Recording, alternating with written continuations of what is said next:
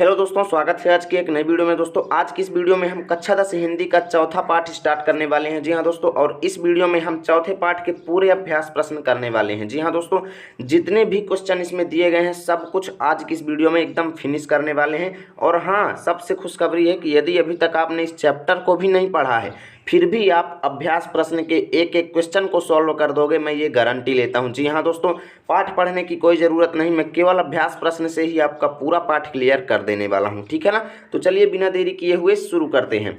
तो यहाँ पर देखो, सबसे पहले क्या लिखा गया है, निम्नलिखित गद्यांशों के नीचे दिए गए प्रश्नों के उत्तर दीजिए। ठीक है ना, यानी ये जो गद्यांश हमें दिए गए हैं इनके नीचे हमें दिए गए प्रश्न हैं कुछ, उनका हमें आंसर देना है। ठीक है ना, और ऐसा ही क्वेश्चन आपके बोर्ड एग्जाम में आएगा। तो चलिए देखते हैं। और यहाँ पर देखो क्या क्या दिया गया है। पहले एक बार देखो क्या दिया गया है, उपर्युक्त गद्यांश का संदर्भ लिखिए। दूसरा प्रश्न क्या है, गद्यांश के रेखांकित अंश की व्याख्या कीजिए। ठीक है ना। तीसरा क्या है, उपर्युक्त गद्यांश में असम और जैसलमेर की वर्षा के विषय में क्या बताया गया है।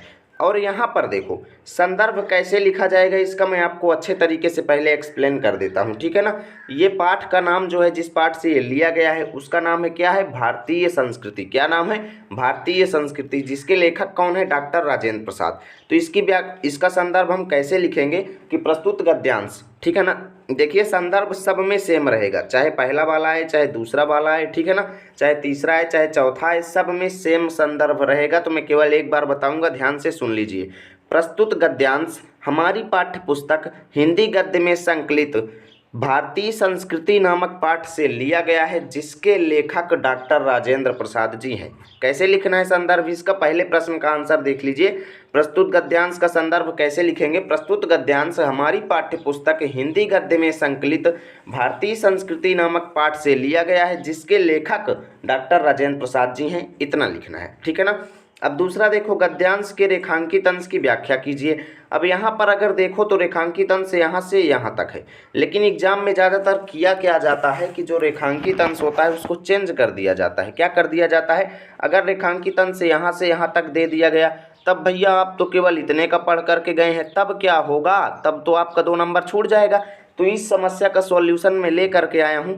मैंने आपको क्या कहा कि आप पाठ नहीं पढ़े हो तब भी पूरा कर लोगे। क्यों, क्योंकि मैं पूरे गद्यांश की व्याख्या आपको बताऊंगा। ठीक है ना, पूरे गद्यांश की व्याख्या आपको बताऊंगा, कहीं पर भी रेखांकित अंश दे देगा तो कोई प्रॉब्लम नहीं होगी।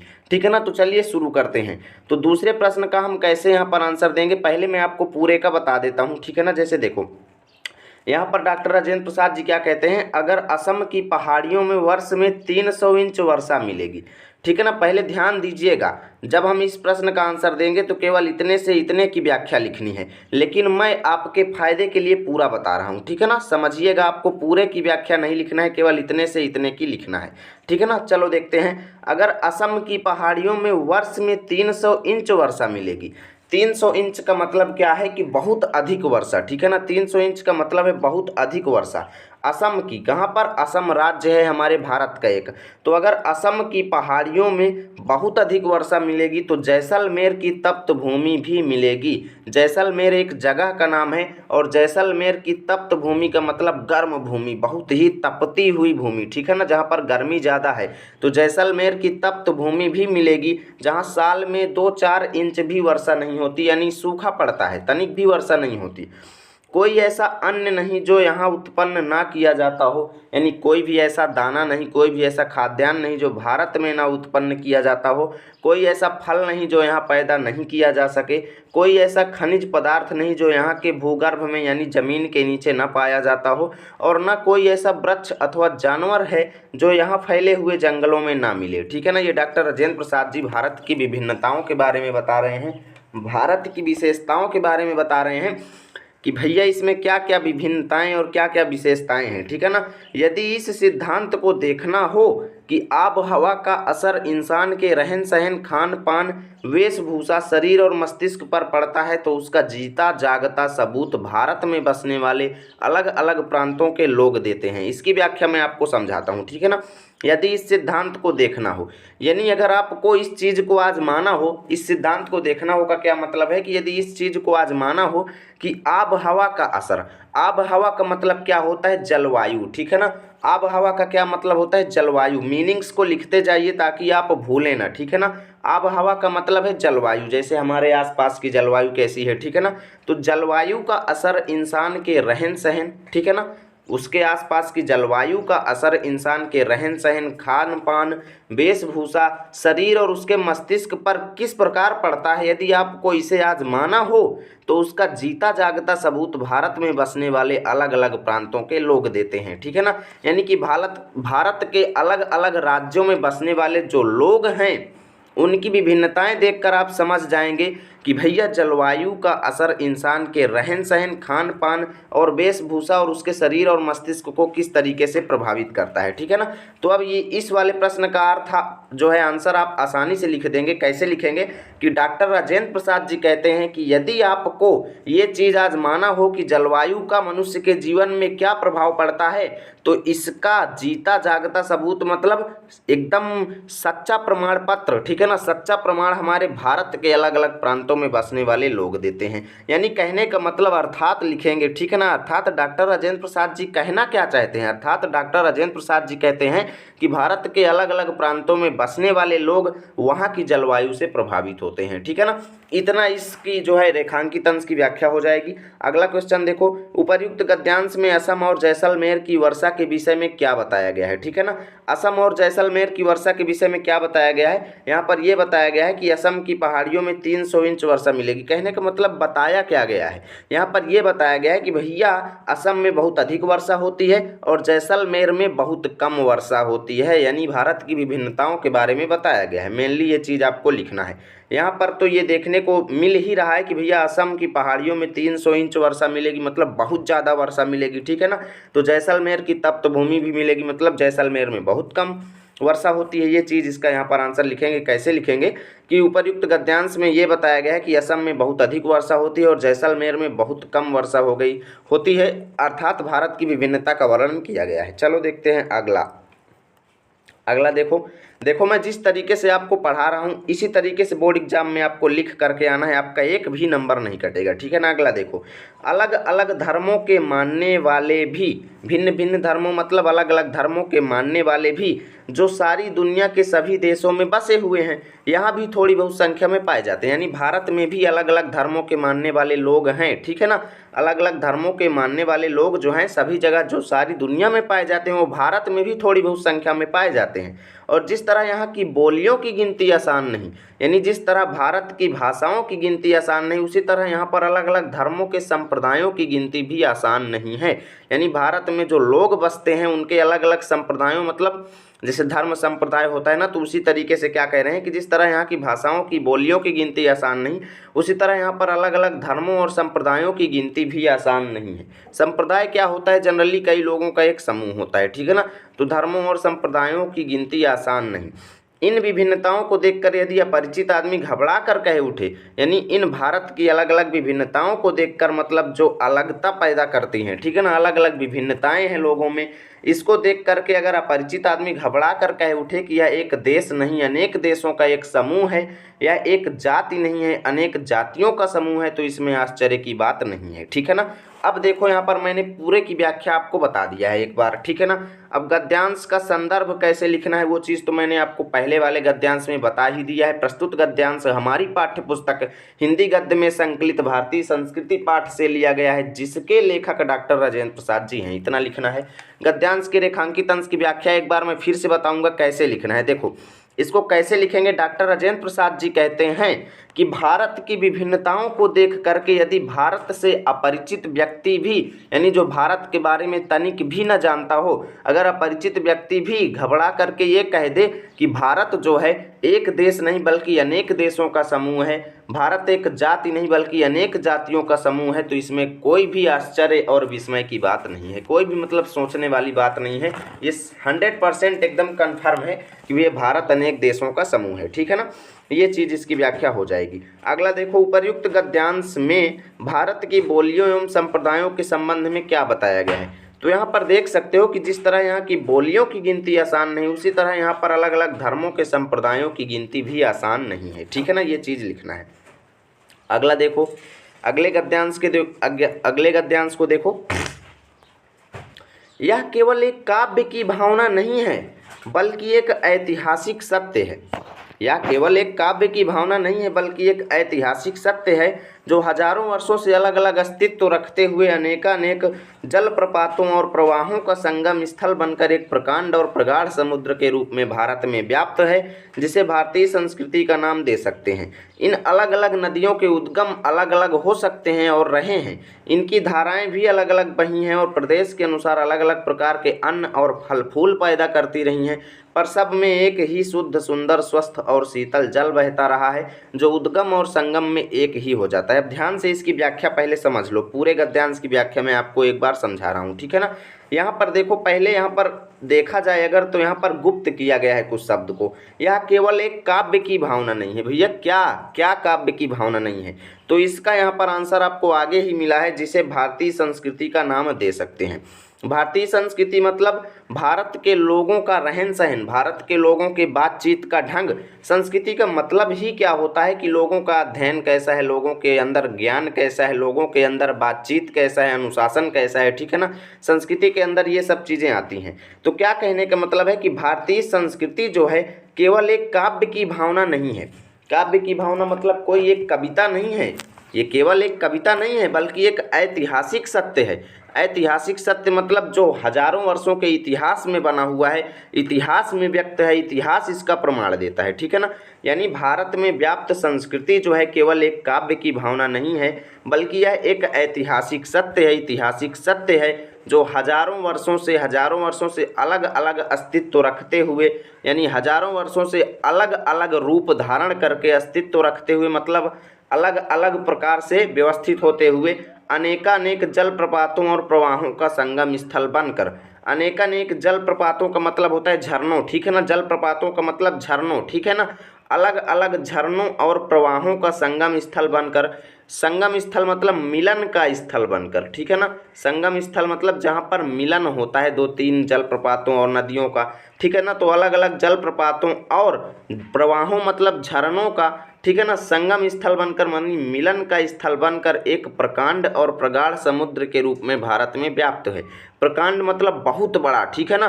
प्रकांड मतलब बहुत बड़ा और प्रगाढ़ समुद्र मतलब बहुत गहरा समुद्र के रूप में भारत में व्याप्त है। यानी भारतीय संस्कृति का जो भाव है, ये जो भारतीय संस्कृति का जो भाव है, ये केवल एक काव्य की भावना नहीं है बल्कि एक ऐतिहासिक सत्य है जो हजारों वर्षों से अलग अलग रूप धारण करके अलग अलग जलप्रपातों और झरनों का मिलन स्थल बन करके एक प्रकांड और प्रगाढ़ समुद्र के रूप में भारत में व्याप्त है। प्रकांड मतलब बहुत बड़े और गहरे समुद्र के रूप में भारत में व्याप्त है, जिसे भारतीय संस्कृति का नाम दे सकते हैं। अब भारतीय संस्कृति क्या है भैया? भारतीय संस्कृति यहाँ के लोगों के बीच का भेदभाव, ठीक है ना, लोगों के बीच कैसा भाव है एक दूसरे के प्रति, ठीक है ना, कैसा उनका रहन सहन है। तो वही चीज़ बता रहे हैं कि यहाँ के जो लोग हैं उनके अंदर क्या है, एकता का भाव है। भारत के लोगों के बीच एकता का भाव है। जैसे अनेक जलप्रपात और झरने क्या होते हैं, एक जगह मिल जाते हैं, ठीक है ना। जिस प्रकार समुद्र में क्या होता है, अनेक झरने और जलप्रपात एक जगह मिलते हैं समुद्र में, तो वैसे ही वो बता रहे हैं कि यहाँ के जो लोग हैं ना भैया, वो भी एक दूसरे से मिले हुए हैं, उनके अंदर भी भारतीय संस्कृति नामक एकता का भाव भरा हुआ है, ठीक है ना। अब आगे देखो, गद्यांश का संदर्भ तो पहले और दूसरे वाले की तरह ही रहेगा, सेम टू मैंने जो आपको बता दिया, ठीक है ना। गद्यांश के रेखांकित अंश की व्याख्या भी मैंने आपको यहाँ से यहाँ तक की बता दिया। अब मैं आगे की व्याख्या भी आपको पहले बता देता हूँ। इन अलग अलग नदियों के उद्गम भिन्न भिन्न हो सकते हैं, यानी जो नदियाँ और जलप्रपात जो समुद्र में मिलकर एकता का भाव बनाती हैं, ठीक है ना। भले ही इनके उद्गम के स्थल मतलब जहाँ से ये निकलती हैं, उद्गम मतलब जहाँ से निकलती हैं नदियाँ, उत्पन्न होती हैं, तो इन नदियों के उत्पन्न होने का स्थान अलग अलग हो सकता है और रहा है, ठीक है ना। इनकी धाराएं भी अलग अलग बही हैं, यानी ये जो नदियां हैं अलग अलग तरीके से बहती हैं और प्रदेश के अनुसार अलग अलग प्रकार के अन्न और फल फूल भी पैदा करती हैं, ठीक है ना। यानी देखिए, नदियों के पानी से क्या क्या चीज़ें नहीं किया जाता, अलग अलग प्रकार के खाद्यान्न और फल फूल पैदा किए जाते हैं अलग अलग स्टेट्स में, ठीक है ना। पर सब में एक ही शुद्ध, सुंदर, स्वस्थ और शीतल जल बहता रहता है। यानी जितनी भी नदियाँ होती हैं सब में क्या होता है, एक ही जल बहता है, एक ही शुद्ध, सुंदर, स्वस्थ और शीतल यानी स्वच्छ जल बहता रहा है जो उद्गम और संगम में एक ही हो जाता है। इनके कुल कहने का मतलब ये है कि जिस प्रकार नदियाँ क्या होती हैं, अनेक नदियाँ होती हैं, अनेक धाराएं बहती हैं, अनेक प्रकार से बहती हैं, लेकिन सब जा करके क्या होती हैं और उनका निकलने का स्थान भी जो होता है वो अलग अलग होता है, लेकिन संगम में जाकर क्या होती हैं, सब मिल जाती हैं। वैसे ही भारत के जो लोग हैं अलग अलग धर्म संप्रदायों, अलग अलग बोलियों वाले हैं, ठीक है ना। इन्हीं सब की भाषाएं भी अलग अलग हैं, लेकिन उनके अंदर आपस में एकता का भाव है। ये भारतीय संस्कृति जिसको हम कह सकते हैं, ठीक है ना। उसके बाद देखो अगला क्या है दोस्तों, उपर्युक्त गद्यांश के आधार पर भारतीय संस्कृति की एक विशेषता बताइए। अब भारतीय संस्कृति की एक विशेषता क्या है, यहाँ पर ये आपको इसके अनुसार जो मैंने आपको बताया है, यहाँ पर मैंने बताया है कि भारत के लोगों का जो है अलग अलग धर्म और संप्रदाय है, लेकिन उनके अंदर एकता का भाव जरूर है। तो वैसे यहाँ पर लिख देना है कि भारतीय संस्कृति में लोगों के प्रति एकता का भाव भरा हुआ है, ठीक है ना। यहाँ पर आपको अपने से बनाना पड़ेगा, या फिर आप लिखना भी चाहते हो तो लिख सकते हो कि भारतीय संस्कृति जो है एक ऐतिहासिक सत्य है जो हजारों वर्षों से अलग अलग अस्तित्व रखते हुए हमारे भारत में व्याप्त है। आपको इतना बना करके लिख देना है, आसानी से आप इसे कर लेंगे, ठीक है ना। चलो देखते हैं अगला। अगला देखो, अगला क्या है, आज हम इसी शुद्ध, ठीक है ना, आज हम इसी निर्मल शुद्ध शीतल और स्वस्थ अमृत की तलाश में है। वीडियो को अभी तक लाइक नहीं किए हो तो कर दो भैया, ठीक है ना। अमृत की तलाश में है और हमारी इच्छा, अभिलाषा और प्रयत्न यह है कि वह इन सभी अलग अलग बहती हुई नदियों में अभी भी उसी तरह बहता रहे और इनको वह अमर तत्व देता रहे जो जमाने के हजारों थपेड़ों को बर्दाश्त करता हुआ भी आज हमारे अस्तित्व को कायम रखे हुए है और रहेगा। देखो पूरे पद को आपने पढ़ लिया, ठीक है ना, पूरे पद को आपने पढ़ लिया, लेकिन यहाँ पर समझ में नहीं आया कि क्या है भैया जो हजारों थपेड़ों को बर्दाश्त करता है और हमारे अस्तित्व को कायम रखे हुए है। तो यहाँ पर जो मैंने आपको बताया कि भारत के लोगों के बीच एकता का जो भाव है उसकी तुलना यहाँ पर किसके साथ की गई है, स्वस्थ अमृत के साथ की गई है। यानी भारत के लोगों के बीच व्याप्त जो एकता का भाव है आज हम उसी निर्मल यानी बिना किसी गंदगी के, ठीक है ना, स्वच्छ कह लो, ठीक है ना, निर्मल स्वच्छ शुद्ध शीतल और उस स्वस्थ अमृत की तलाश में है, एकता रूपी अमृत की तलाश में है। यानी हमारे एकता के भाव को क्या कहा जा रहा है, यहाँ पर अमृत कहा जा रहा है, ठीक है ना, कि आज के इस जमाने में हम शुद्ध शीतल और स्वच्छ अमृत की तलाश में हैं जो और हमारी तलाश में है और हमारी इच्छा और अभिलाषा और प्रयत्न का मतलब प्रयास, ठीक है ना, इच्छा अभिलाषा का मतलब हमारी कामना या मनोकामना या हमारी लालसा, ठीक है ना, हमारी कामना या मनोकामना या हमारी इच्छा और प्रयास यह है कि वह इन सभी अलग अलग बहती हुई नदियों में अभी भी उसी तरह बहता रहे। यानी ये जो एकता का भाव है, अलग अलग बहती हुई नदियाँ क्या होती हैं, समुद्र में जा करके मिलती हैं, तो यहाँ पर हमें एकता का भाव झलकता है। तो वैसे ही यहाँ पर राजेंद्र प्रसाद जी कहते हैं कि वो जो एकता का भाव है हम ये चाहते हैं और हमारा प्रयत्न ये है, हमारा प्रयास ये है कि ये एकता का भाव जो है उसी तरीके से बहता रहे, ठीक है ना, और इनको वह अमर तत्व देता रहे। अमर तत्व देता रहे मतलब नदियों को अमरत्व का भाव देता रहे, यानी कभी भी इनका जो है हमारे भारत से अंत ना हो, ये ठीक अमर हो जाएं, ठीक है ना।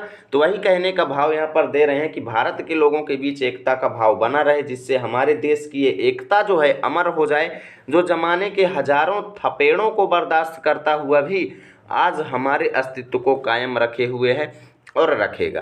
क्या कहते हैं कि अमर तत्व देता रहे, यानी जो हमारी भारत के लोगों के बीच जो एकता का भाव है वो इन लोगों को अमरत्व देता रहे, अमर तत्व देता रहे, ठीक है ना, जो जमाने के हजारों थपेड़ों को बर्दाश्त करता हुआ, थपेड़ों मतलब ठोकरों को, ठीक है ना, ठोकरों को, थपेड़ों मतलब ठोकरों को, यानी लोगों के हजारों थपेड़ों को बर्दाश्त करता हुआ, हजारों ठोकरों को बर्दाश्त करते हुए भी आज हमारे अस्तित्व को कायम रखे हुए है और रखेगा, ठीक है ना।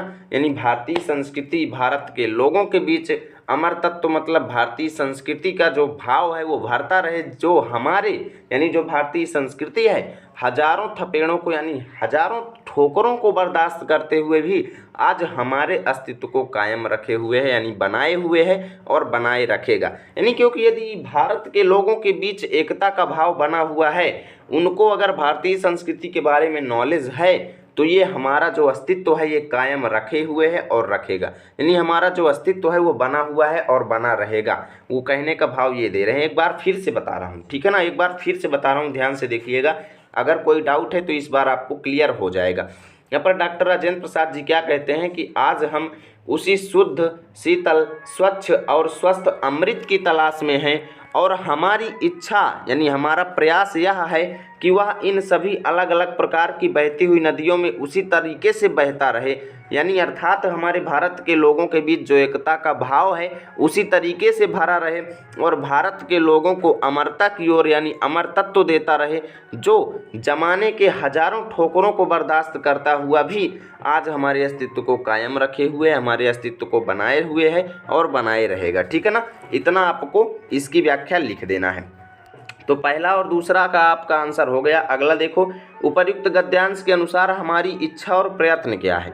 उपर्युक्त गद्यांश के अनुसार हमारा प्रयत्न यह है कि वह इन सभी अलग अलग बहती नदियों में उसी तरीके से बहता रहे और अमरतत्व देता रहे। ठीक है ना, बस इतना आपको लिखना है, यानी एकता का भाव जो है भारत की अलग अलग नदियों में अभी भी उसी तरीके से बहता रहे और उसको अमरतत्व देता रहे। ठीक है ना, देखो साइड में बाजा बज रहा है भैया, जिसको जिसको डांस करना हो कर सकता है, कोई दिक्कत नहीं।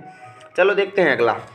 देखो अभी तक वीडियो लाइक नहीं किए हो तो कर देना भैया, लोगों बहुत ज़्यादा मेहनत पड़ती है, इतनी गर्मी में भी आप सभी के लिए क्लासेस बना रहे हैं। ठीक है ना, तो चलिए देखते हैं अगला। देखो यह एक नैतिक और आध्यात्मिक स्रोत है जो अनंत काल से प्रत्यक्ष या अप्रत्यक्ष रूप से संपूर्ण देश में बहता रहा है और कभी कभी मूर्त रूप होकर हमारे सामने आता रहा है। ठीक है ना, यह हमारा सौभाग्य रहा है कि हमने ऐसे ही एक मूर्त रूप को अपने बीच चलते फिरते हंसते रोते भी देखा है और जिसने अमृत की याद दिलाकर हमारी सूखी हड्डियों में नई मज्जा डाल, हमारे मृतपाय शरीर में नए प्राण फूंके और मुरझाए हुए दिलों को फिर खिला दिया। वह अमृत तो सत्य और अहिंसा का है जो केवल इसी देश के लिए नहीं, आज मानव मात्र के जीवन के लिए अत्यंत आवश्यक हो गया है। ध्यान से देखिएगा, यहाँ पर भी एकता के भाव के बारे में क्या बातचीत की जा रही है। देखो भारत के लोगों के बीच एकता का भाव जो है उसी का वर्णन यहाँ पर भी डॉक्टर राजेंद्र प्रसाद जी क्या कह रहे हैं। देखो क्या कहते हैं भैया कि यह एक नैतिक और आध्यात्मिक स्रोत है, यानी जो भारत के लोगों के बीच एकता का भाव है वह एक नैतिक और आध्यात्मिक मतलब जो परमात्मा और आत्मा से संबंध रखता हो। ठीक है ना, यानी कि परमात्मा और आत्मा से संबंध रखने वाला और एक नैतिक स्रोत है। जो एकता का भाव है हमारे भारत के लोगों के बीच जो एकता का भाव है वो एक नैतिक और आध्यात्मिक स्रोत है जो अनंत काल से प्रत्यक्ष या अप्रत्यक्ष रूप से संपूर्ण देश में बहता रहा है। प्रत्यक्ष रूप से मतलब कभी सामने आता है, अप्रत्यक्ष रूप से मतलब कभी सामने नहीं आता है। प्रत्यक्ष या अप्रत्यक्ष रूप से संपूर्ण देश में बहता रहा है। अब अगर आप देखें तो समुद्र में नदियों का मिलना क्या है, अप्रत्यक्ष रूप से। अगर उसको आप समझें तभी वो आपको समझ में आएगा कि भाई इनमें एक एकता का भाव झलक रहा है। ठीक है ना, तो क्या है कभी प्रत्यक्ष रूप से एकता का भाव हमें झलकता है, कभी नहीं झलकता। ठीक है ना, तो कभी सामने या फिर कभी छिप करके हमारे देश में बहता रहा है, भारत के लोगों के बीच जो फैलता रहा है और कभी कभी मूर्त रूप होकर हमारे सामने आता रहा है। यानी जो भारत के लोगों के बीच का जो एकता का भाव है वो कभी साकार होकर भी, मूर्त रूप होकर मतलब किसी मूर्ति का रूप लेकर या किसी व्यक्ति का रूप लेकर, यानी साकार होकर के आकार लेकर के हमारे सामने भी आया है। डॉक्टर राजेंद्र प्रसाद जी क्या कहते हैं कि जो लोगों के बीच ये जो अनंत काल से प्रत्यक्ष या प्रत्यक्ष रूप से हमारे देश में जो एकता का भाव बह रहा है वो कभी कभी साकार रूप में हमारे सामने भी आया है और उसका यहाँ पर एक दो एग्जाम्पल भी देते हैं। ठीक है ना, यहाँ हमारा सौभाग्य रहा है कि हमने ऐसे ही एक मूर्त रूप को अपने बीच चलते फिरते हंसते रोते भी देखा है और जिसने अमृत की याद दिलाकर हमारी सूखी हड्डियों में नई मज्जा डाल, हमारे मृतपाय शरीर में नए प्राण फूंके और मुरझाए हुए दिलों को फिर खिला दिया। यहाँ पर क्या कहते हैं डॉक्टर राजेंद्र प्रसाद जी कि ये जो एकता का भाव है ये हमारे सामने एक आकार लेकर के आया। ठीक है ना, और इसी का एक रूप हमने देखा है, यानी भारत के लोगों के बीच जो एकता का भाव है इसी का एक रूप हमने अपने बीच उसको चलते फिरते हंसते रोते भी देखा है और जिसने अमृत की यानी हमें अमरता की ओर हमें पहुंचा दिया। ठीक है ना, अमृत की याद दिलाकर मतलब अमरता की ओर हमें पहुंचा दिया और हमारी सूखी हड्डियों में नई मज्जा डाल दिया। सूखी हड्डियों में मज्जा का मतलब होता है जो जैसे ये हड्डी हो गई तो इसके अंदर जो मटेरियल भरा हुआ है। ठीक है ना, इसके अंदर कह लो मांस कह लो, ठीक है ना।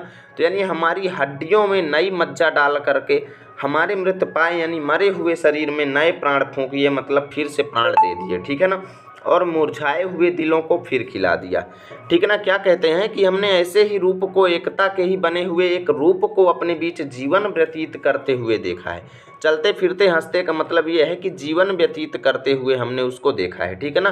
क्या कह रहे हैं कि जिसने हमें अमृत की याद दिलाकर हमारी सूखी हड्डियों में नई मज्जा डाल दिया और हमारे कमज़ोर शरीर में नए प्राण फूंक दिए और मुरझाए हुए दिलों को हमारे फिर से खिला दिया, ठीक है ना। वह अमृत तो सत्य और अहिंसा का है, जो केवल इसी देश के लिए नहीं आज मानव मात्र के जीवन के लिए अत्यंत आवश्यक बन चुका है। वो क्या कहते हैं कि अमृत तो जो है यानी लोगों के बीच जो व्याप्त अमरता का भाव है वो सत्य और अहिंसा का है। क्या कहते हैं कि वो जो अमृत तो जिसे अमृत तो हम कह रहे हैं वो सत्य और अहिंसा का है, जो केवल इसी देश के लिए नहीं आज मानव मात्र के जीवन के लिए अत्यंत आवश्यक हो गया है, यानी संपूर्ण व्यक्ति के लिए बहुत ज़्यादा आवश्यक हो गया है। आगे यहाँ पर क्या कहते हैं, उपर्युक्त गद्यांश का संदर्भ लिखिए, मैंने आपको बता ही दिया है पहले ही, ठीक है ना। गद्यांश के रेखांकित अंश की व्याख्या कीजिए। गद्यांश के रेखांकित अंश की व्याख्या क्या है, यहाँ से यहाँ तक मैंने आपको सब कुछ बता दिया है। यहाँ पर देखो तो यहाँ से यहाँ तक एक गद्यांश है और यहाँ से यहाँ तक दो गद्यांश है। तो गद्यांश की व्याख्या लिखते समय आपको दो हेडिंग डालनी पड़ेगी। पहली क्या डालना है, प्रथम रेखांकित अंश की व्याख्या, ठीक है ना, प्रथम रेखांकित अंश की व्याख्या। दूसरा क्या रखेंगे, द्वितीय रेखांकित अंश की व्याख्या। पहले वाले में यहाँ से यहाँ तक की, दूसरे में यहाँ से यहाँ तक की व्याख्या आपको देंगे। पहली बात, एग्जाम में क्या होता है, आपको केवल एक ही रेखांकित अंश दिया जाएगा, दो रेखांकित अंश नहीं दिए जाएंगे, तो टेंशन नहीं लेना है, ठीक है ना। चलिए देखते हैं अगला, लेखक ने गद्यांश में क्या संदेश देना चाहा है। तो गद्यांश में उन्होंने क्या संदेश देना चाहा है, यहाँ पर तो विशेषकर अगर देखा जाए तो उन्होंने हमारे भारत के लोगों के बीच व्याप्त एकता का भाव, यहाँ पर एकता के भाव का वर्णन दिया है, ठीक है ना। क्या किया है, एकता के भाव का उन्होंने इस गद्यांश में वर्णन किया है, ठीक है ना। अगला देखो क्या है, हमें अमृत की याद दिलाकर किसने मृत पाए शरीर में नए प्राण फूंके। तो यहाँ पर जो बात की गई है ना, हमारे नए मृत पाए शरीर में नए प्राण फूंके और मुरझाए हुए दिलों को फिर खिला दिया, यहाँ पर ये बात की गई है गांधी जी की, ठीक है ना। तो यहाँ पर क्या लिखना है आपको, गांधी जी, ठीक है ना। आंसर में आपको लिख देना है गांधी जी। यहाँ पर ये जो बात की गई है गांधी जी के बारे में ही बात की गई है, ये प्रत्यक्ष रूप से नहीं है, ये अप्रत्यक्ष रूप से आपको बताया गया है, ठीक है ना। इसका जब आप लोग पूरा पाठ पढ़ेंगे तब आपको ज़रूर पता चल जाएगा, ठीक है ना। इसलिए मैं आपको यहाँ पर बता रहा हूँ कि इसका जो अर्थ होगा वो होगा कि गांधी जी ने हमारे मृत पाए शरीर में नए प्राण फूंके, ठीक है ना। यानी कि लोगों के बीच सत्य का भाव फैलाया, हमारे देश को आज़ाद कराने के अनेक तरीके निकाले, ठीक है ना। यानी उन्होंने हमारे लिए बहुत कुछ किए। तो यहाँ पर इसका आंसर यही लिखेंगे कि गांधी जी ने हमें अमृत की याद दिला करके शरीर में हमारे नए प्राण फूंके, ठीक है ना। चलिए चलते हैं, अब हम इस वाले गद्यांश को सॉल्व करते हैं। तो देखिए दोस्तों, यहाँ पर क्या लिखा गया है, व्यक्ति अपनी उन्नति और विकास चाहता है और यदि एक की उन्नति और विकास दूसरे की उन्नति और विकास में बाधक हो तो संघर्ष उत्पन्न होता है और यह संघर्ष तभी दूर हो सकता है जब सबके विकास के पथ अहिंसा के हों। हमारी सारी संस्कृति का मूलाधार इसी अहिंसा तत्व पर स्थापित रहा है। जहाँ जहाँ हमारे नैतिक सिद्धांतों का वर्णन आया है, अहिंसा को ही उसमें मुख्य स्थान दिया गया है। अहिंसा का दूसरा नाम या दूसरा रूप त्याग है और हिंसा का दूसरा रूप या दूसरा नाम स्वार्थ है, जो प्रायः भोग के रूप में हमारे सामने आता है। पर हमारी सभ्यता ने तो भोग भी त्याग से ही निकाला है और भोग भी त्याग में ही पाया है। देखो बहुत ज़्यादा इंपॉर्टेंट है ये, ठीक है ना। क्या दिया गया है, उपर्युक्त गद्यांश का संदर्भ। तो संदर्भ तो सब में सेम रहेगा, जो ऑलरेडी मैंने आपको बता दिया है। अगला है गद्यांश के रेखांकित अंश की व्याख्या। रेखांकित अंश यहाँ से यहाँ तक दिया गया है, तो मैं आपको पूरे गद्यांश की व्याख्या बताऊंगा। एग्जाम में कहीं पर भी आपको रेखांकित अंश देगा तब आप कर लेंगे। तो चलिए देखते हैं। तो यहाँ पर देखो भैया, डॉक्टर राजेंद्र प्रसाद जी क्या कहते हैं कि कोई भी व्यक्ति हो क्या करता है, अपनी उन्नति और विकास चाहता है, यानी वो खुद को आगे बढ़ाना चाहता है। आप हैं तो आप चाहते हैं कि हमारी उन्नति हो जाए, हम बोर्ड एग्जाम में 90+ मार्क्स लाएं, ठीक है ना, 95+ लाएं। तो वो क्या है, आप अपनी उन्नति चाहते हैं और विकास करना चाहते हैं। तो वही कह रहे हैं कि कोई भी व्यक्ति है अपनी उन्नति और विकास चाहता है और यदि एक की उन्नति और विकास दूसरे की उन्नति और विकास में बाधक हो। जैसे मान लो कि ये आपका घर है, ठीक है ना, साइड में आपके दोस्त का घर है। अब आपने क्या किया, इतनी ज़्यादा उन्नति की कि 2 मंजिल 3 मंजिल बनवाया, ठीक है ना। क्या बनवाया, 3 मंजिल बनवाया। अब आपने 3 मंजिल बनवाया और क्या किया, इसका बारजा ज़्यादा निकलवा दिया।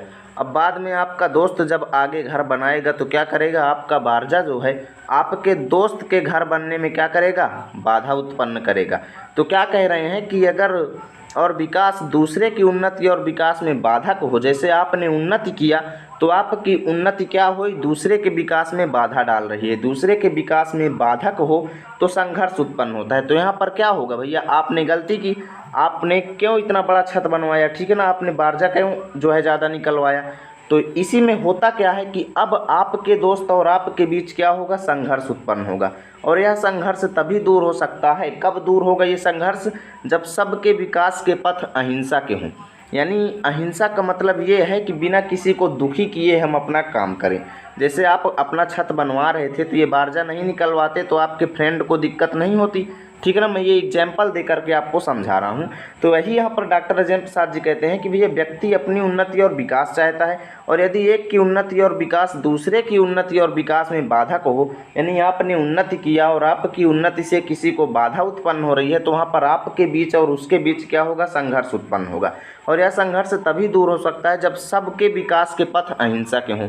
यानी यहीं पर यदि आपने जो विकास किया था वो अहिंसात्मक होता, यानी कि आपने हिंसा नहीं किया होता, आपने इतना बड़ा बारजा नहीं बनवाया होता, तब आपके दोस्त को ये दिक्कत नहीं होती और आज ये समस्या खड़ी नहीं होती। तो वही क्या कहते हैं कि भैया आप विकास कीजिए, लेकिन इस तरीके से विकास कीजिए कि आपके साइड वाले को, पड़ोसी को, किसी भी व्यक्ति को वो भाव जो हैं वो हिंसात्मक ना लगे, यानी अहिंसात्मक रहे।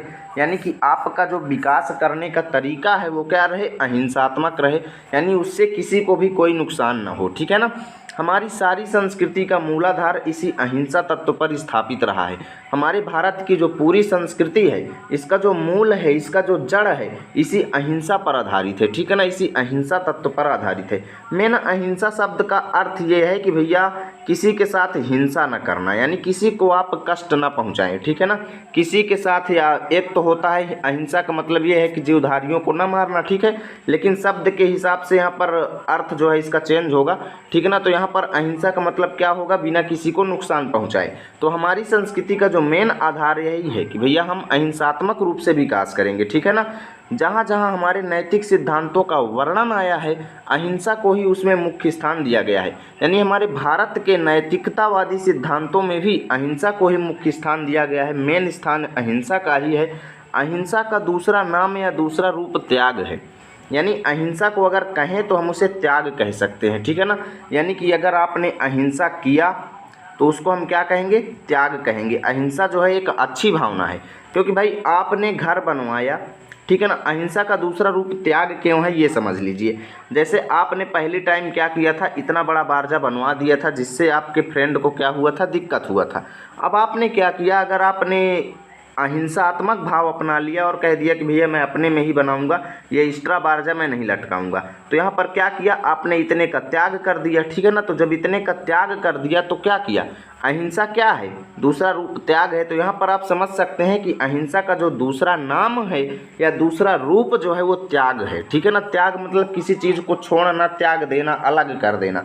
तो आपने अपना बारजा जो है छत से अलग कर दिया, आप अपने में आ गए जितने में आपका घर था, ठीक है ना। इस पोर्शन को आपने अलग कर दिया तो आपने इसका त्याग कर दिया अहिंसात्मक भाव से, ठीक है ना।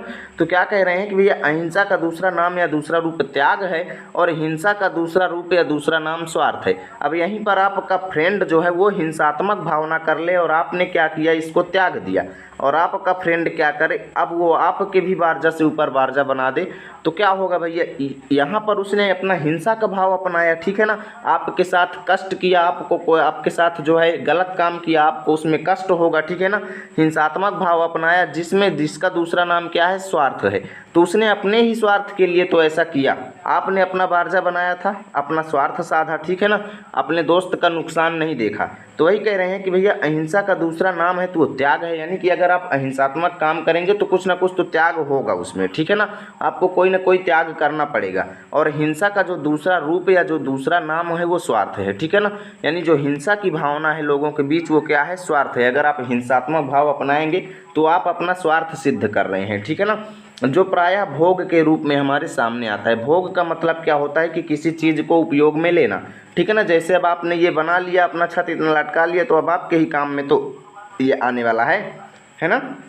तो वही कह रहे हैं कि भैया हिंसा का दूसरा रूप या नाम जो है वो स्वार्थ है, जो प्रायः भोग के रूप में हमारे सामने आता है। आप हिंसा कर लेंगे, उससे जो आपका लाभ होगा उसका आप भोग करेंगे, उसका आप अपने जीवन में उपयोग करेंगे, ठीक है ना। पर हमारी सभ्यता ने तो भोग भी त्याग से ही निकाला है। क्या कह रहे हैं डॉक्टर राजेंद्र प्रसाद जी कि हमारे भारत के लोगों की जो सभ्यता है उसमें क्या है कि भोग भी त्याग से ही निकाला है। यानी जैसे आपने ये त्याग कर दिया, आपने अपने घर के इस बारजे का त्याग कर दिया, हिंसात्मक भाव से इसको छोड़ दिया, अहिंसा भाव अपना करके, तो क्या किया कि ये जो चीज़ें बची, ठीक है ना, भोग भी त्याग से ही निकाला है। यानी यहाँ पर जो दूसरा व्यक्ति है, आपका दोस्त जो है, वो भी इसका भोग कर सकता है, ठीक है ना। भोग भी त्याग से ही निकाला है और भोग भी त्याग में ही पाया है, ठीक है ना। वो क्या करेगा, इस चीज़ का वो अब उपयोग कर लेगा, ठीक है ना। तो वही चीज़ यहाँ पर क्या कह रहे हैं कि भैया त्याग की भावना से ही भोग मिलता है, ठीक है ना। त्याग की भावना से जो चीज़ें मिलती हैं उसी का हम उपयोग करते हैं। तो कहने का मतलब क्या है कि त्याग की भावना में ही भोग होता है, ठीक है ना। और भोग से ही त्याग, यानी भोग भी त्याग में ही होता है, यानी त्याग में ही भोग हमें मिलता है। तो यही चीज़ें हैं, बस आपको इसमें ज़्यादा कुछ करने की ज़रूरत नहीं, क्योंकि एक एक शब्द का अर्थ जो है वो क्लियर है। तो इसमें थोड़ा बहुत बदलाव करके लिख देना है। कैसे लिखना मैं आपको बता रहा हूँ। डॉक्टर राजेंद्र प्रसाद जी कहते हैं कि भैया बिना किसी को कष्ट पहुँचाए जो हम काम करते हैं, या फिर अहिंसात्मक भाव जो है या अहिंसा जो है, इसका दूसरा नाम त्याग होता है। और हिंसा का दूसरा रूप या दूसरा नाम स्वार्थ है। अगर आप हिंसा करते हैं तो उसका दूसरा नाम स्वार्थ होगा, जो प्रायः हमें भोग के रूप में सामने मिलता है, ठीक है ना। पर हमारी सभ्यता ने, यानी डॉक्टर राजेंद्र प्रसाद जी कहते हैं कि भारतीय सभ्यता ने भोग को ही त्याग से ही प्राप्त किया है और भोग भी जो है वो त्याग में ही प्राप्त किया है, ठीक है ना। इतना आपको बना करके लिख देना है। 2 नंबर है, इसमें कोई खास आपका अंक कटने वाला नहीं है, ठीक है ना। अब देखो, ये अहिंसा हो गया, त्याग हो गया, भोग जो है, ये सब चीज़ें अभी आपको ज़्यादा समझ में नहीं आएंगी, क्योंकि ये ज़्यादातर अलग स्तर के कोर्स में आती हैं। तो जैसे जैसे आप आगे पढ़ेंगे सब चीज़ें आपको समझ में आने लगेंगी। हमारी संस्कृति का मूलाधार क्या है, मेन चीज़ ये देखो। आप यहाँ पर देखें तो क्या है, हमारी संस्कृति का मूलाधार इसी अहिंसा तत्व पर स्थापित रहा है। तो यहाँ से यहाँ तक आपको ये आंसर मिल जाएगा, ठीक है ना। चलो मित्रों, अगला देखते हैं। अगला देखो क्या है, हम अपने दुर्दिनों में भी ऐसे मनीषियों और कर्मयोगियों को पैदा कर सके जो संसार के इतिहास के किसी युग में अत्यंत उच्च आसन के अधिकारी होते। अपनी दास्ता के दिनों में हमने गांधी जैसे कर्मठ धर्मनिष्ठ क्रांतिकारी को, रविंद्र जैसे मनीषी कवि को और अरविंद तथा रमण महर्षि जैसे योगियों को पैदा किया। और उन्हीं दिनों में हमने ऐसे अनेक उद्भट विद्वान और वैज्ञानिक पैदा किए जिनका सिक्का संसार मानता है। जिन हालातों में पढ़कर संसार की प्रसिद्ध जातियां मिट गईं, उनमें हम न केवल जीवित रहे वरन अपने आध्यात्मिक और बौद्धिक गौरव को बनाए रख सके। उसका कारण यही है कि हमारी सामूहिक चेतना ऐसे नैतिक आधार पर ठहरी हुई है जो पहाड़ों से भी मजबूत, समुद्रों से भी गहरी और आकाश से भी अधिक व्यापक है, ठीक है ना। अब देखो यहाँ पर क्या दिया गया है, उपर्युक्त गद्यांश का संदर्भ लिखिए। तो संदर्भ तो सेम रहेगा जो पहले मैंने आपको बताया है। गद्यांश के रेखांकित अंश की व्याख्या, तो देखो मैं पूरे गद्यांश की व्याख्या आपको पहले बताता हूँ, ठीक है ना। तो यहाँ पर डॉक्टर राजेंद्र प्रसाद जी क्या कहते हैं कि हम अपने दुर्दिनों में, दुर्दिनों मतलब बुरे दिनों में, ठीक है ना। दुर्दिनों का मतलब क्या है, बुरे दिनों में, यानी जैसे खराब दिन, किसी भी व्यक्ति के कुछ खराब दिन होते हैं जिनको वो याद करता है। तो क्या कहते हैं कि भैया हम अपने बुरे दिनों में भी ऐसे मनीषियों और कर्मयोगियों को पैदा कर सके। मनीषियों का मतलब क्या होता है, विद्वानों, ठीक है ना। ऐसे मनीषियों, विद्वानों और कर्मयोगियों को पैदा कर सके जो संसार के इतिहास के किसी युग में अत्यंत उच्च आसन के अधिकारी होते। क्या कह रहे हैं कि भैया हम अपने बुरे युगों में भी, अपने बुरे समय में भी ऐसे विद्वानों और कर्मयोगियों, मतलब जो कर्म करने में योग्य हो, ठीक है ना, यानी महापुरुष को, ठीक है ना। तो ऐसे विद्वानों और महापुरुषों को जन्म दिया है। हम अपने बुरे दिनों में भी ऐसे महापुरुषों और विद्वानों को पैदा किए जो संसार के इतिहास के किसी युग में अत्यंत उच्च आसन के अधिकारी होते, यानी किसी महान काम उन्होंने जो किया है इसकी वजह से उनको इतिहास के किसी सुनहरे पन्ने में व्यक्त किया जाना चाहिए, ठीक है ना। अपनी दास्ता के दिनों में हमने गांधी जैसे कर्मठ धर्मनिष्ठ क्रांतिकारी को, रविंद्र जैसे मनीषी कवि को, क्या कहते हैं, अपनी दास्ता के दिनों में, दास्ता के दिनों मतलब अपने गुलामी के दिनों में, जब हम परतंत्र थे, जब स्वतंत्र नहीं थे, ठीक है ना, किसी के गुलाम थे, तो जब हम गुलाम थे उस समय भी हमने गांधी जैसे कर्मठ, यानी गांधी जी जैसे कर्मठ धर्मनिष्ठ क्रांतिकारी को, ठीक है ना, तथा रविंद्र जैसे मनीषी कवि को, यानी रविंद्र जैसे विद्वान कवि को, और अरविंद तथा रमण महर्षि जैसे योगियों को पैदा किया। ठीक है ना, ये नाम यहाँ पर अलग अलग कह रहे हैं। क्या कह रहे हैं कि तो गांधी जैसे कर्मठ धर्मनिष्ठ क्रांतिकारी का जन्म हमने दिया, कब? अपनी दासता के दिनों में, गुलामी के दिनों में भी। भारत की भूमि की विशेषता देखो, पहले रविंद्र जैसे मनीषी कवि को, विद्वान कवि को, और अरविंद तथा रमण महर्षि जैसे योगियों को पैदा किया। और उन्हीं दिनों में हमने ऐसे अनेक उद्भट विद्वान, उद्भट मतलब बहुत बड़े विद्वान, ठीक है ना, उद्भट मतलब बहुत बड़े विद्वान और वैज्ञानिक पैदा किए जिनका सिक्का संसार मानता है। यानी कि गुलामी के दिनों में भी और बुरे दिनों में भी हमारे भारत में ऐसे ऐसे महापुरुषों का जन्म हुआ, ये डॉक्टर राजेंद्र प्रसाद जी कहना चाहते हैं। जिन हालातों में पढ़कर संसार की प्रसिद्ध जातियाँ मिट गईं, यानी जिन समय में पढ़ करके, जिनसे उलझ करके संसार की अलग अलग जातियाँ मिट गईं, उनमें हम न केवल जीवित ही रहे, उनमें हम जीवित रहे, वरन अपने आध्यात्मिक और बौद्धिक गौरव को भी बनाए रख सके।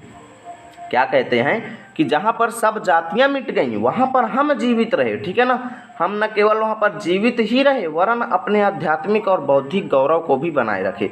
बौद्धिक गौरव मतलब अपनी बुद्धि को विकसित कर सके, ठीक है ना, यानी कि जहाँ पर सब लोग मर गए, सब लोग मर गए, मिट गई सब जातियाँ, वहाँ पर हम जीवित रहे और साथ में अपने आध्यात्मिक और बुद्धि के विकास को बनाए रख सके।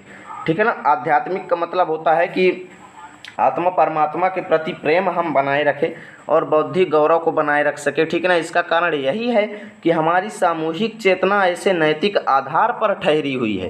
क्या कह रहे हैं कि इसका कारण क्या है, हम लोग इतने मतलब ज़्यादा क्रियाशील कैसे हुए? इस सभी का कारण यह है कि हमारी सामूहिक चेतना, यानी जो समूह के लोग, यानी एकता का भाव, सामूहिक चेतना का मतलब कि किसी समूह में सभी लोगों के अंदर एकाएक बुद्धि विकसित हो जाना। ठीक है ना, तो क्या कहते हैं कि सामूहिक चेतना ऐसे नैतिक आधार पर ठहरी हुई है जो पहाड़ों से भी मजबूत, समुद्रों से भी गहरी और आकाश से भी अधिक व्यापक है। ठीक है ना, यानी कि पहाड़ों से भी मजबूत हमारे लोगों की एकता की भावना है, समुद्रों से भी गहरी हम लोगों के प्रति एकता का भाव है, और आकाश से भी व्यापक हम लोगों के प्रति एकता का भाव है।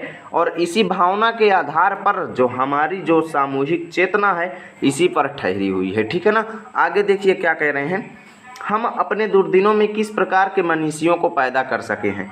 तो यहाँ पर देख सकते हो, यहाँ से यहाँ तक यहाँ पर आंसर हो जाएगा। ठीक है ना, अगला क्या है, लेखक ने गद्यांश में क्या संदेश देना चाहा है। लेखक ने गद्यांश में ये कहा है कि भैया हम अपने बुरे दिनों में भी, यानी जिन हालातों में पढ़कर संसार की प्रसिद्ध जातियाँ मिट गई, उनमें हम न केवल जीवित ही रहे, वरन अपने आध्यात्मिक और बौद्धिक गौरव को भी बनाए रख सके। इसको भी लिख सकते हो, या फिर ऐसे लिख सकते हो कि भैया हमने अपने बुरे दिनों में भी अपने देश में अच्छे अच्छे महापुरुषों को जन्म दिया जो हमारे देश को स्वतंत्र बनाने में कामयाब रहे। ठीक है ना, ये सब चीज़ें आपको बना करके लिखना है, ज़्यादा गद्यांश के प्रति परेशान नहीं होना है, आपका एक भी नंबर नहीं कटेगा। ठीक है ना, अगला देखो क्या दिया जा रहा है यहाँ पर, मैं तो यही समझता हूँ कि यदि हमें अपने समाज और देश में उन सब अन्यायों और अत्याचारों की पुनरावृत्ति नहीं करनी है जिनके द्वारा आज के सारे संघर्ष उत्पन्न होते हैं, तो हमें अपनी ऐतिहासिक नैतिक चेतना या संस्कृति के आधार पर ही अपनी आर्थिक व्यवस्था बनानी चाहिए। ठीक है ना, अर्थात उसके पीछे वैयक्तिक लाभ और भोग की भावना प्रधान न होकर वैयक्तिक त्याग और सामाजिक कल्याण की भावना ही प्रधान होनी चाहिए। हमारे प्रत्येक देशवासी को अपने सारे आर्थिक व्यापार उसी भावना से प्रेरित होकर करने चाहिए। वैयक्तिक स्वार्थों और ईश्वरत्वों पर जोर न देकर वैयक्तिक कर्तव्य और सेवा निष्ठा पर जोर देना चाहिए, और प्रत्येक कार्यवाही इसी तराजू पर तौली जानी चाहिए। देखिए 2 साल बोर्ड एग्जाम में पूछा गया है, तो काफ़ी ज़्यादा इम्पोर्टेंट है।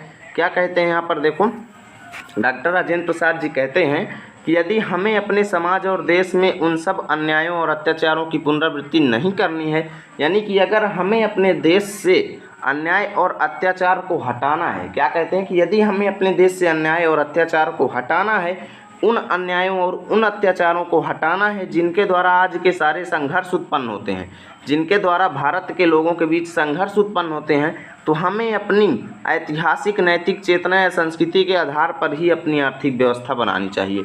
यानी कि अपने ऐतिहासिक नैतिक चेतना, ठीक है ना, और संस्कृति, भारतीय संस्कृति के आधार पर ही अपने अर्थव्यवस्था को बनानी चाहिए। अगर हमें भारत से समाज और देश में उन सब अन्यायों और अत्याचारों की पुनरावृत्ति नहीं करनी, यानी अन्याय और अत्याचार हटाना है जिनके कारण हम लोगों के बीच संघर्ष उत्पन्न होता है, तो हमें अपनी ऐतिहासिक, नैतिक चेतना और संस्कृति के आधार पर ही आर्थिक व्यवस्था बनानी चाहिए। ठीक है ना।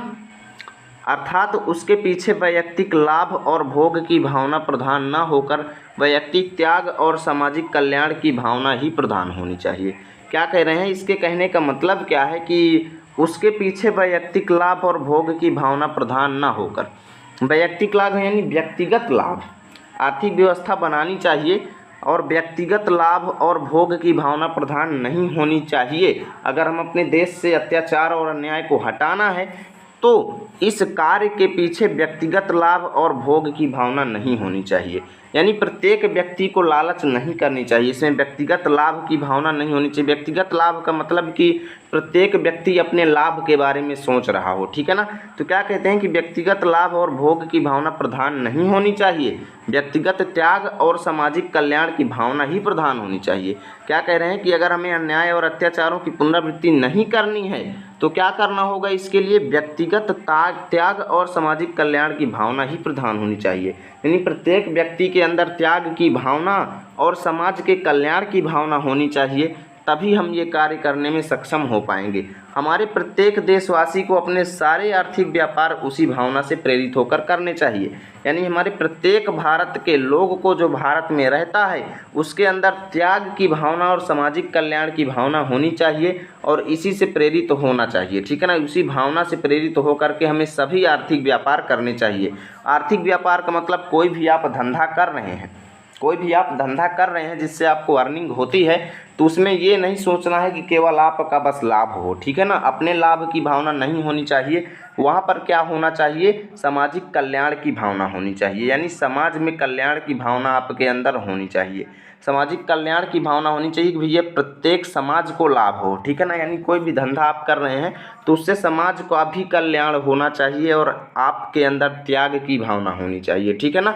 और वैयक्तिक स्वार्थों और ईश्वरत्वों पर जोर न देकर वैयक्तिक कर्तव्य और सेवा निष्ठा पर जोर देना चाहिए और प्रत्येक कार्यवाही इसी तराजू पर तौली जानी चाहिए। तो राजेंद्र प्रसाद जी क्या कहते हैं कि अपने स्वार्थ पर परेशान नहीं होना चाहिए, व्यक्तिगत स्वार्थ, वैयक्तिक स्वार्थ मतलब व्यक्तिगत स्वार्थ यानी अपने स्वार्थ, और ईश्वरत्व मतलब अपनेपन पर, यानी अपने को ही ज़्यादा ऊपर चढ़ाना, अपनी उन्नति ज़्यादा करना। तो क्या कहते हैं कि भैया अपने स्वार्थ और अपनी उन्नति पर जोर न दे करके व्यक्तिगत कर्तव्य और सेवा निष्ठा पर जोर देना चाहिए कि हम भारत में रहते हैं तो हमारा व्यक्तिगत कर्तव्य क्या है और अपनी सेवा भावना पर जोर देना चाहिए और प्रत्येक कार्य को इसी तराजू पर तौली जानी चाहिए, यानी इसी नियम पर किया जाना चाहिए। ठीक है ना। आगे देखिए, गद्यांश का संदर्भ तो सेम रहेगा। गद्यांश के रेखांकित अंश की व्याख्या मैंने आपको बता ही दिया। हमें अपने आर्थिक व्यापार किस भावना से प्रेरित होकर करना चाहिए, तो इस भावना से प्रेरित करना चाहिए भैया कि उसमें क्या हो, वैयक्तिक त्याग और सामाजिक कल्याण की भावना होनी चाहिए। यानी कि अगर हम कोई व्यापार कर रहे हैं तो उसमें हमारे अंदर त्याग की भावना होनी चाहिए और समाज के कल्याण की भावना होनी चाहिए। ठीक है ना। आगे क्या कहते हैं, अन्यायों एवं अत्याचारों को रोकने का उपाय क्या है, तो अन्यायों और अत्याचारों को रोकने का उपाय ये है कि भैया हमें व्यक्तिगत त्याग और सामाजिक कल्याण की भावना अपनानी चाहिए। ठीक है ना। व्यक्तिगत त्याग और सामाजिक कल्याण की भावना अपनानी चाहिए, साथ ही वैयक्तिक स्वार्थों और ईश्वरत्वों पर जोर न देकर वैयक्तिक कर्तव्य और सेवा निष्ठा पर जोर देना चाहिए। ठीक है ना। इतना आपको इसका अर्थ लिख देना है। तो अगला यहाँ पर देखिए क्या दिया गया है दोस्तों। अगला है यहाँ पर देखो, आज विज्ञान मनुष्यों के हाथ में अद्भुत और अतुल शक्ति दे रहा है। इसका उपयोग एक व्यक्ति और समूह के उत्कर्ष और दूसरे व्यक्ति और समूह के गिराने में ही होता रहेगा। इसलिए हमें उस भावना को जागृत रखना है और उसे जागृत रखने के लिए कुछ ऐसे साधनों को भी हाथ में रखना होगा जो उस अहिंसात्मक त्याग भावना को प्रोत्साहित करें और भोग वासना को दबाए रखें। नैतिक अंकुश के बिना शक्ति मानव के लिए हितकर नहीं होती। वह नैतिक अंकुश या चेतना या भावना ही दे सकती है, वही उस शक्ति को परिमित भी कर सकती है और उसके उपयोग को नियंत्रित भी। तो देखिएगा, एक साल बोर्ड एग्जाम में पूछा गया है ये पैसेज, तो इस बार भी आपके बोर्ड एग्जाम में आ सकता है, तो अच्छे से देखिएगा। तो उपरयुक्त गद्यांश का संदर्भ तो सेम रहेगा। मैं एक बार फिर से बता देता हूँ, प्रस्तुत गद्यांश हमारी पाठ्य पुस्तक हिंदी गद्य में संकलित हिंदी गद्य में संकलित भारतीय संस्कृति नामक पाठ से लिया गया है, जिसके लेखक डॉक्टर राजेंद्र प्रसाद जी हैं। ठीक है ना, इतना आपको बता देना है। गद्यांश के रेखांकित अंश की व्याख्या कीजिए। तो मैं भैया पूरे गद्यांश की व्याख्या आपको बताता हूँ। ठीक है ना, तो यहाँ पर डॉक्टर राजेंद्र प्रसाद जी क्या कहते हैं कि विज्ञान मनुष्यों के हाथों में ऐसी अद्भुत और अतुल शक्ति दे रहा है। अतुल मतलब जिसकी तुलना किसी के साथ न की जाए, यानी कि विज्ञान आजकल इतना ज़्यादा प्रगतिशील हो गया है, आधुनिक विज्ञान इतनी ज़्यादा उन्नति कर चुका है कि वो मनुष्य के हाथों में अद्भुत और अतुलनीय शक्ति दे रहा है। और इस शक्ति का उपयोग मनुष्य किस काम में कर रहा है, पहले ये तो देखो। डॉक्टर राजेंद्र प्रसाद जी क्या कहते हैं कि भैया इस शक्ति का उपयोग जो व्यक्ति है, एक व्यक्ति और समूह के उत्कर्ष और दूसरे व्यक्ति और समूह के गिराने में होता ही रहेगा। क्या कहते हैं कि कोई व्यक्ति जो है क्या करेगा, उत्कर्ष करेगा, उन्नति करेगा। इस शक्ति के उपयोग से कोई व्यक्ति का उन्नति होगा और दूसरे व्यक्ति और समूह के गिराने में उपयोग होता रहेगा।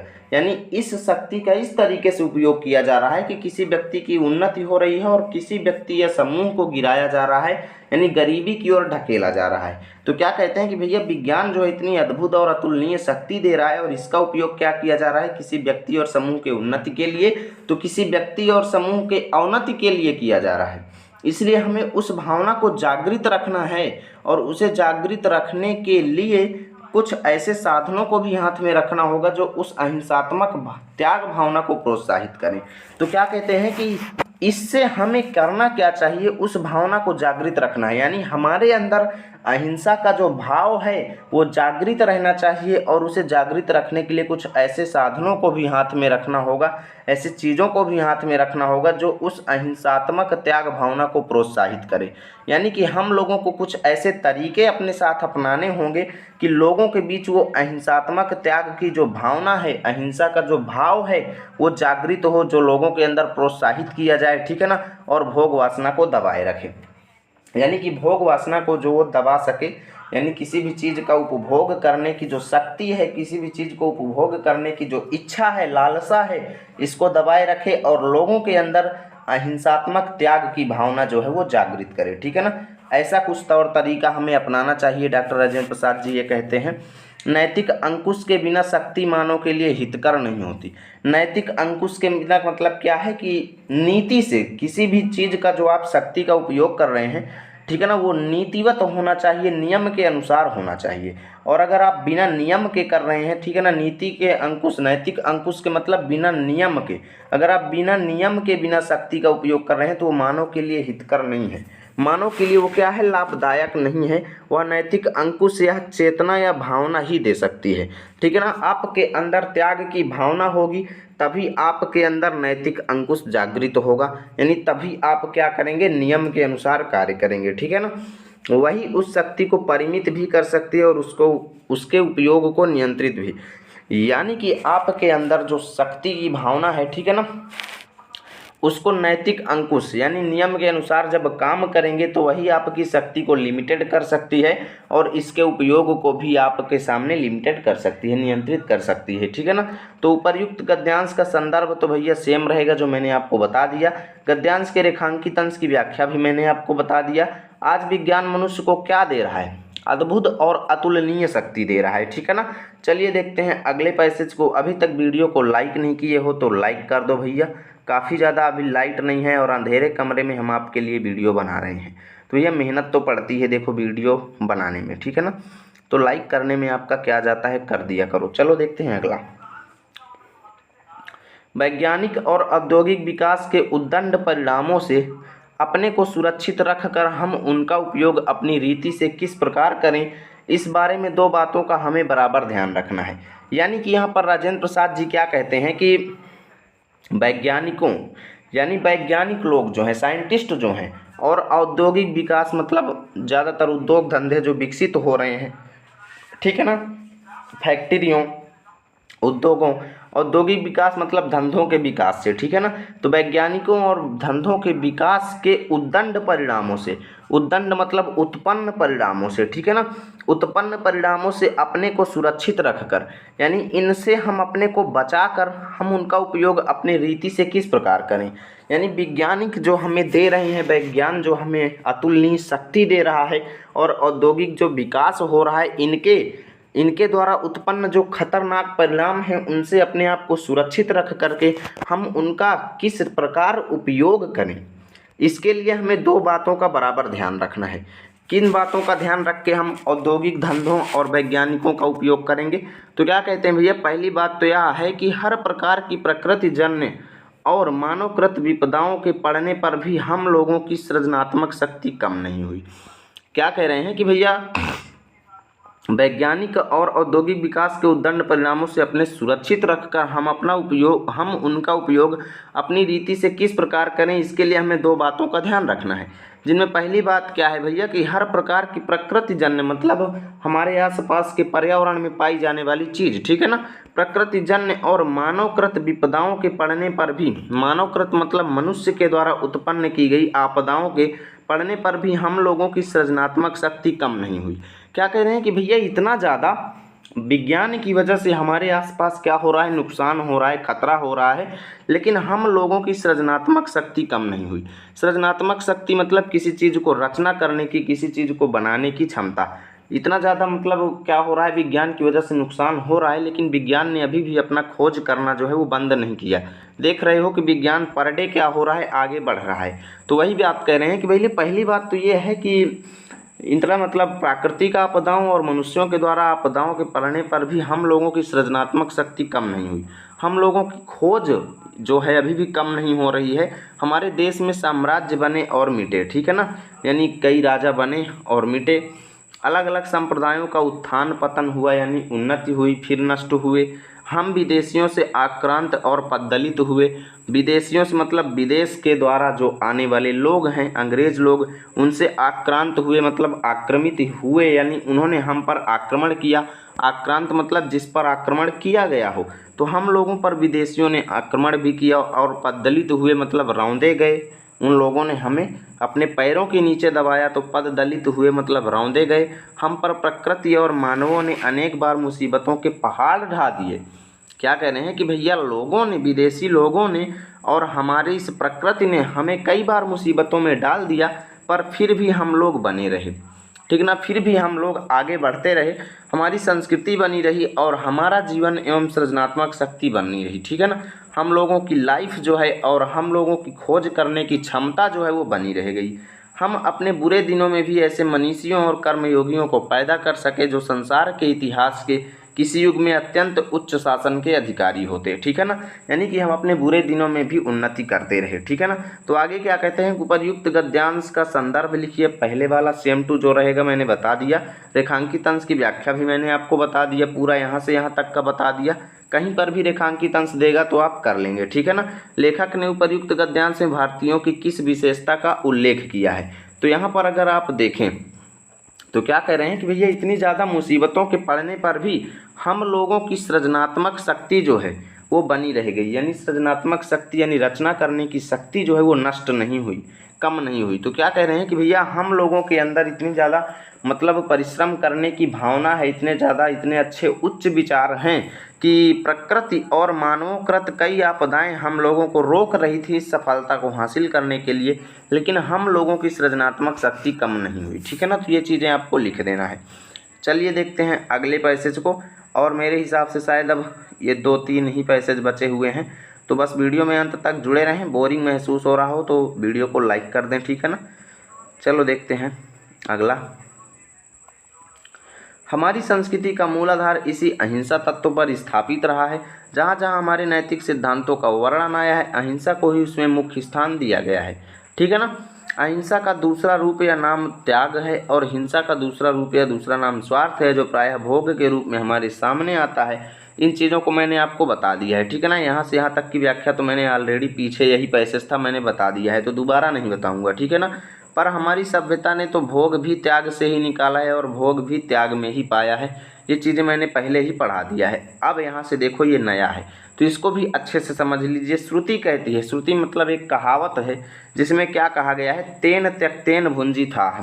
तेन त्यक्तेन भुंजीथाः का मतलब ये है कि हमें किसी भी चीज़ का भोग करना चाहिए तो वो त्याग की भावना से करना चाहिए, यानी कि हम ये सोचें कि भैया हम त्याग कर रहे हैं, ठीक है ना। त्याग की भावना से हमें किसी चीज़ का भोग करना चाहिए।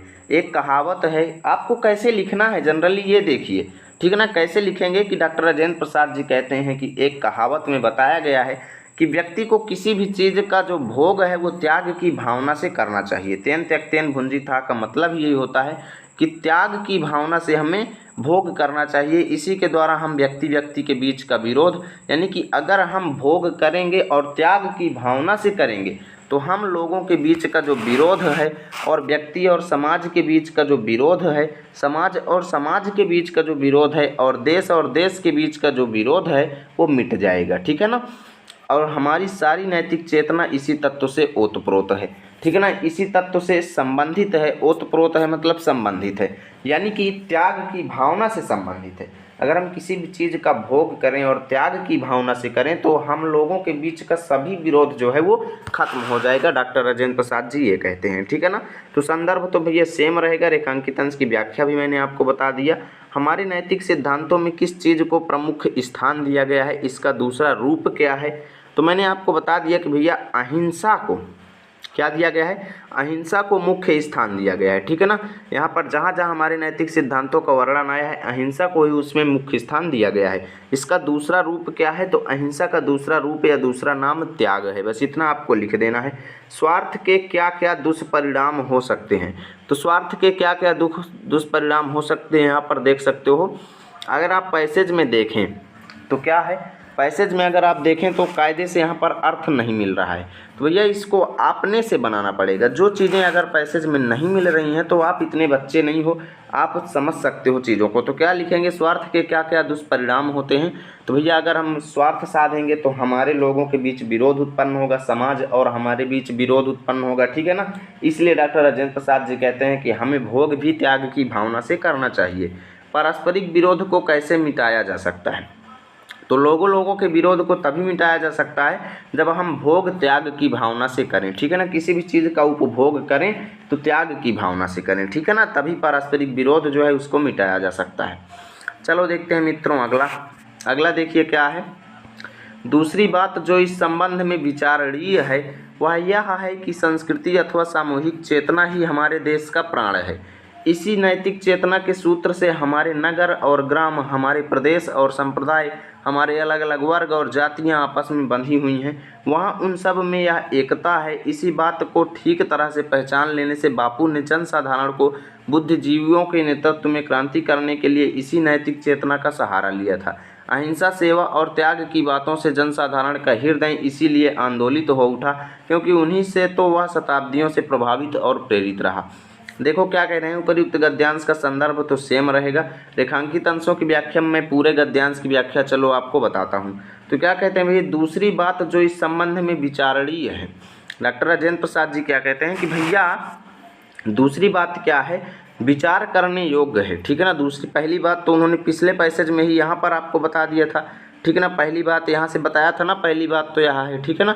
अब दूसरी बात क्या है इसको भी देख लो, यहाँ पर बता रहे हैं। दूसरी बात जो है इस संबंध में विचारणीय है, यानी डॉक्टर राजेंद्र प्रसाद जी कहते हैं कि दूसरी बात जो है वो विचार करने योग्य है, वह यह है कि संस्कृति अथवा सामूहिक चेतना ही हमारे देश का प्राण है। यानी कि हमारे भारत की संस्कृति और हमारे भारत के लोगों के बीच जो चेतना का भाव है यही हमारे देश का प्राण है। ठीक है ना।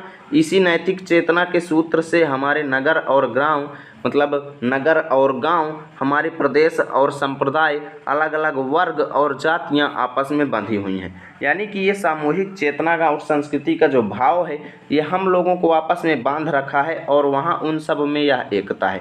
यानी हमारे भारत के अंदर एकता का भाव विकसित है। तो इसका मुख्य कारण क्या है, संस्कृति अथवा सामूहिक चेतना, हमारे भारत की ये संस्कृति, भारतीय संस्कृति और सामूहिक चेतना। ठीक है ना। इसी बात को ठीक तरह से पहचान लेने से बापू ने जनसाधारण को बुद्धिजीवियों के नेतृत्व में क्रांति करने के लिए इसी नैतिक चेतना का सहारा लिया था। यानी हमारे बापू जो है महात्मा गांधी जी थे, भारत के लोगों के बीच व्याप्त इस संस्कृति को अच्छे तरीके से समझ गए थे। ठीक है ना, पहचान लिए थे और इसी से उन्होंने क्या किया था, जनसाधारण को, बापू ने जनसाधारण को बुद्धिजीवियों के नेतृत्व में, बुद्धिजीवियों मतलब जो ज़्यादातर अपने बुद्धि से काम लेते हैं, जैसे वकील हो गया, मास्टर लोग हो गए, टीचर लोग हो गए। ठीक है ना। तो क्या कहते हैं कि बापू ने लोगों को बुद्धिजीवियों के नेतृत्व में, यानी वकीलों, यानी बुद्धि से काम लेने वाले व्यक्तियों के नेतृत्व में क्रांति करने के लिए इसी नैतिक चेतना का सहारा लिया था।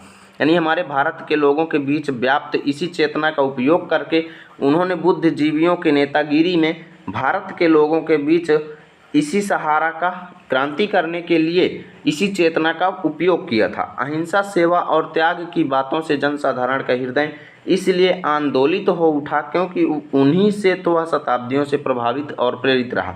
अहिंसा की, सेवा की और त्याग की बातों से लोगों का जो हृदय है इसलिए आंदोलित हो उठा, यानी लोगों के हृदय में आंदोलन का भाव तब उत्पन्न हुआ क्योंकि उन्हीं से तो वह सौों से, शताब्दियों से, मतलब सहस्त्रों वर्षों पहले से वो प्रभावित और प्रेरित हुए थे। ठीक है ना। क्या कहते हैं यहाँ पर डॉक्टर राजेंद्र प्रसाद जी कि जब लोगों के बीच अहिंसा, सेवा और त्याग की भावना विकसित की गई तो लोगों का हृदय जो है आंदोलित हो उठा क्योंकि कई वर्षों से वो उसी से प्रभावित और प्रेरित हुए थे। यानी कि क्या हुए थे? अहिंसा, सेवा और त्याग से प्रभावित और प्रेरित हुए थे। ठीक है ना। इसलिए लोगों का हृदय जो है वो आंदोलित हो उठा। तो मैंने व्याख्या भी बता दिया, संदर्भ भी बता दिया। जनसाधारण का हृदय किन बातों से आंदोलित हो उठा, यहाँ पर देख सकते हो। सेम यहाँ से यहाँ तक आपको आंसर लिखना होगा। ठीक है ना। चलो देखते हैं, लास्ट और चैप्टर खत्म होने वाला है। कई कंजूस लोग अभी भी वीडियो को लाइक नहीं किए होंगे। मत करो भैया, जब आपका मन होगा तभी कीजिएगा। ठीक है ना। चलो देखते हैं। वर्तमान युग में भारतीय संस्कृति के समन्वय के प्रश्न के अतिरिक्त यह बात भी विचारणीय है कि भारत की प्रत्येक प्रादेशिक भाषा की सुंदर और आनंदप्रद कृतियों का स्वाद भारत के अन्य प्रदेशों के लोगों को कैसे चखाया जाए। मैं समझता हूँ कि इस बारे में दो बातें विचारणीय है। क्या इस संबंध में यह उचित नहीं होगा कि प्रत्येक भाषा की साहित्यिक संस्थाएं उस भाषा की कृतियों की संगलिपि अर्थात देवनागरी में छपवाने का आयोजन करें। मुझे विश्वास है कि कम से कम जहाँ तक उत्तर की भाषाओं का छींक आ रही है दोस्तों, ठीक है ना, उत्तर की भाषाओं का संबंध है, यदि वे सब अपनी कृतियों को देवनागरी में छपवाने लगें तो उनका स्वाद लगभग सारे उत्तर भारत के लोग आसानी से ले सकेंगे, क्योंकि इन सब भाषाओं में इतना साम्य है कि एक भाषा का अच्छा ज्ञाता दूसरी भाषा की कृतियों को स्वल्प परिश्रम से समझा जाएगा। तो यहाँ पर क्या लिखते हैं देखो, डॉक्टर राजेंद्र प्रसाद जी कहते हैं कि आधुनिक युग में, वर्तमान युग में भारतीय संस्कृति के समन्वय के प्रश्न के अतिरिक्त, यानी भारतीय संस्कृति को संतुलित रखने के प्रश्नों के अलावा यह बात भी विचार करने योग्य है। क्या योग्य है कि भारत की प्रत्येक प्रादेशिक भाषा की सुंदर और आनंदप्रद कृतियों का, यानी भारत के प्रत्येक राज्यों की सुंदर भाषा और आनंददायक रचनाओं का स्वाद भारत के अन्य प्रदेश के लोगों को कैसे दिया जाए। यानी कि रचनाओं की भावनाओं को, यानी जो दूसरी भाषाओं में रचनाएं लिखी गई हैं उसका अलग प्रदेशों के लोगों को कैसे उसके बारे में जानकारी दी जाए, यानी कैसे लोग उसका अध्ययन कर सकेंगे, क्योंकि भाई वो अलग भाषाओं में लिखी गई हैं। तो उसमें वो क्या बताते हैं डॉक्टर राजेंद्र प्रसाद जी कि मैं समझता हूँ कि इस बारे में दो बातें विचारणीय हैं। कौन कौन सी बातें? क्या इस संबंध में यह उचित नहीं होगा, यानी भारत के अलग अलग राज्यों की रचनाओं को अलग राज्यों में पहुँचाने के तरीके में, यानी अलग राज्यों के लोगों के बीच उसका अध्ययन कराने के लिए क्या तरीका सही होगा कि प्रत्येक भाषा की साहित्यिक संस्थाएं उस भाषा की कृतियों को संगलिपि अर्थात देवनागरी में छपवाने का आयोजन करें। यानी जो अलग अलग भाषाओं की संस्थाएं हैं जहां से उनकी रचनाएं निकलती हैं वो क्या करें, सभी रचनाओं को देवनागरी में छपवाने का प्रयास करें। ठीक है ना। मुझे विश्वास है कि कम से कम जहाँ तक, यानी वो क्या कहते हैं डॉक्टर राजेंद्र प्रसाद जी कि मुझे विश्वास है कि कम से कम जहाँ तक उत्तर की भाषाओं का संबंध है, यानी भारत के उत्तरी भाग की रचनाओं का जो संबंध है, यदि वे सब अपनी कृतियों को देवनागरी में छपवाने लगेंगे तो उनका स्वाद लगभग सारे उत्तर भारत के लोग आसानी से ले सकेंगे। यानी उत्तर भारत के सभी लोग फिर रचनाओं का अध्ययन आसानी से कर सकेंगे, क्योंकि इन सब भाषाओं में इतनी समानता है, इतना साम्य मतलब समानता है कि एक भाषा का अच्छा ज्ञाता दूसरी भाषा की कृतियों को स्वल्प परिश्रम मतलब एकदम अपने आप की कम मेहनत से समझ जाएगा। ठीक है ना। तो क्या कहते हैं कि भैया जिन अलग अलग प्रदेशों की जो अलग अलग भाषाएं हैं वो क्या करें, उसको देवनागरी में छपवाने का प्रयास करें, जिससे प्रत्येक प्रदेश के व्यक्ति जो हैं उसका अध्ययन अच्छे से कर पाएंगे। तो उपर्युक्त गद्यांश का संदर्भ भी मैंने बता दिया। रेखांकित अंशों में किसी एक अंश की व्याख्या करना है तो भैया पूरे की मैंने बता दिया है, कहीं से भी आप लिख सकते हो। कृतियों को देवनागरी लिपि में छपवाने का क्यों सुझाव दिया गया है, क्योंकि इन भाषाओं में इतना साम्य है कि एक भाषा का अच्छा ज्ञाता यानी अच्छा विद्वान जो है दूसरी भाषाओं को अपनी छोटी सी मेहनत से समझ जाएगा। ठीक है ना। तो बस इतना सा इतना आपको लिख देना है और आपका चैप्टर यहाँ से फिनिश होता है।